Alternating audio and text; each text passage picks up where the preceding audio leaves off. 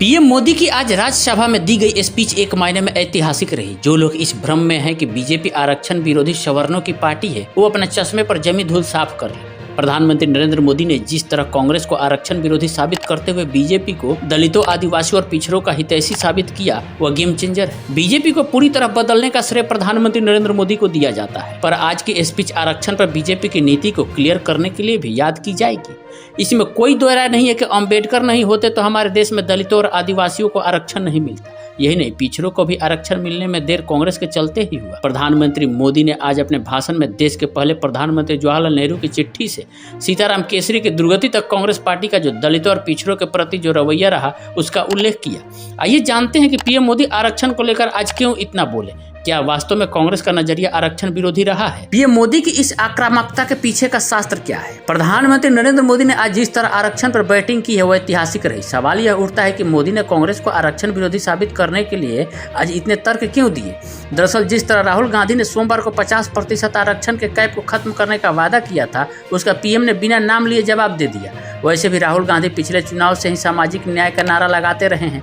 उनकी भारत जोड़ो न्याय यात्रा का मकसद ही यही है कि देश को, लोगों को यह बताना कि उनके साथ अन्याय हो रहा है। राहुल अभी हाल ही में हुए विधानसभा चुनावों के दौरान भी जातिगत जनगणना कराने और बीजेपी को आरक्षण विरोधी बताने में अपनी ऊर्जा खर्च करते रहे हैं, पर जनता ने उनकी एक नहीं सुनी। मध्य प्रदेश, राजस्थान, छत्तीसगढ़ में कांग्रेस को भारी पराजय का सामना करना पड़ा। इस बीच यूजीसी का एक लेटर वायरल हो गया, जिसके आधार पर कांग्रेस नेताओं ने बीजेपी पर आरोप लगाया कि केंद्र सरकार आरक्षण खत्म करने की साजिश कर रही है। राहुल के हाल की स्पीच में इधर लगातार आरक्षण की बात बढ़ती जा रही है, जिससे साफ लगने लगा है कि विपक्ष 2024 का लोकसभा चुनाव आरक्षण के नाम पर लड़ने जा रही है। शायद यही कारण था कि प्रधानमंत्री मोदी आज राज्यसभा में राष्ट्रपति के अभिभाषण पर जवाब देने के बहाने कांग्रेस को आरक्षण विरोधी साबित करने का मौका जाया नहीं किया। पीएम मोदी की दलील, बीजेपी आरक्षण की सबसे बड़ी समर्थक। बीजेपी पर दक्षिणपंथी पार्टी होने का ठप्पा है। पार्टी शुरू से ही परिवार, संस्कार और पारंपरिक मूल्यों को मानने वाली रही। राष्ट्रीय स्वयंसेवक संघ के बारे में भी यही माना जाता है कि आरक्षण के बजाय यहाँ प्रतिभा को महत्व देने की बात की होती रही है।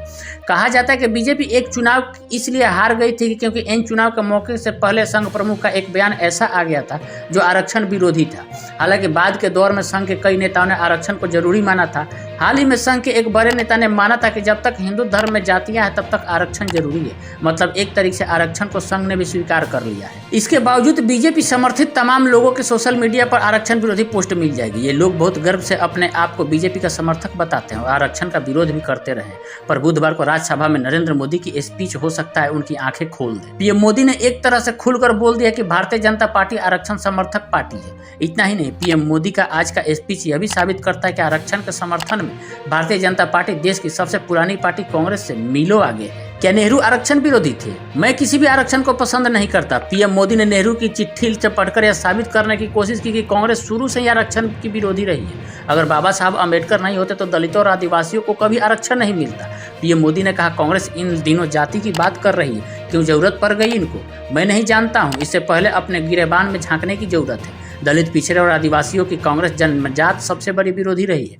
मैं सोचता हूं कि बाबा साहब नहीं होते तो एससी एसटी को आरक्षण मिलता या नहीं मिलता। इसकी सोच आज से नहीं, उस समय से ऐसी है। मेरे पास प्रमाण है। मैं आदरपूर्वक नेहरू जी को बहुत याद करता हूं। एक बार नेहरू जी ने मुख्यमंत्रियों को चिट्ठी लिखी थी। उन्होंने लिखा था कि मैं किसी भी आरक्षण को पसंद नहीं करता और खासकर नौकरी में आरक्षण तो कतई ही नहीं। मैं ऐसे किसी भी कदम के खिलाफ हूं जो अकुशलता को बढ़ावा दे, जो दोयम दर्जे की ओर ले जाए।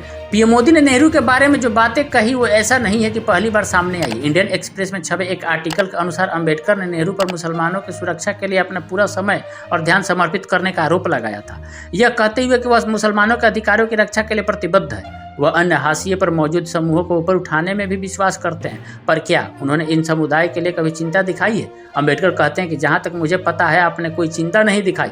अम्बेडकर कहते हैं कि ये वे समुदाय हैं जिन्हें मुसलमान की तुलना में कहीं अधिक देखभाल और ध्यान देने की जरूरत है। कांग्रेस का आरक्षण विरोधी रवैया। नेहरू तो आरक्षण विरोधी थे ही, कांग्रेस भी आरक्षण के खिलाफ रही। प्रधानमंत्री अपनी स्पीच में इसके 3 उदाहरण देते हैं। प्रधानमंत्री कहते हैं कि जम्मू कश्मीर कांग्रेस ने 7 दशकों तक एससी और एसटी को उनके अधिकारों से वंचित रखा। बीजेपी सरकार ने अनुच्छेद 370 को निरस्त किया, तब जाकर उन्हें वो अधिकार मिला। जम्मू कश्मीर में उन्हें कई अधिकार नहीं थे। पीएम मोदी ने कहा, एससी समुदाय में सबसे पीड़ित वाल्मीकि समुदाय रहा। उन्हें 7 दशक के बाद भी जम्मू कश्मीर के लोगों की सेवाएं करते रहे, लेकिन स्थानीय मूल निवास का अधिकार तक नहीं दिया गया।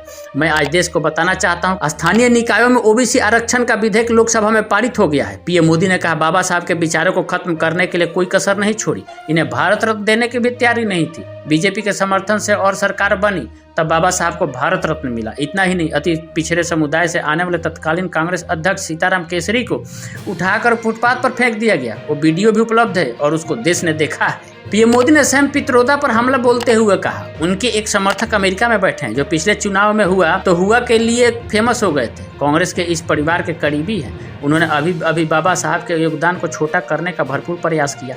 देश में पहली बार एनडीए ने एक आदिवासी बेटी को राष्ट्रपति बनाया।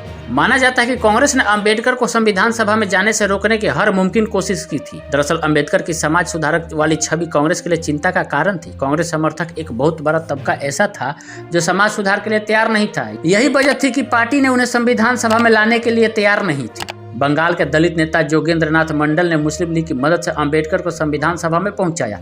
यही मंडल पाकिस्तान के पहले कानून मंत्री बने। हालांकि बाद में 1950 में पाकिस्तान छोड़ भारत आ गए थे। जिन जिलों से चुनकर अंबेडकर संविधान सभा में पहुंचे थे वो हिंदू बहुल होने के बावजूद पूर्वी पाकिस्तान का हिस्सा बन गए। भारत संविधान सभा से उनका पता कट गया। भारत में अंबेडकर ने धमकी दी थी कि अगर संविधान सभा में नहीं पहुंचे तो संविधान को स्वीकार नहीं करेंगे और इसे राजनीतिक मुद्दा बनाएंगे। कहा जाता है कि राजनीतिक दबाव में कांग्रेस ने एमआर जयकर के खाली जगह अंबेडकर को लाने का फैसला किया था।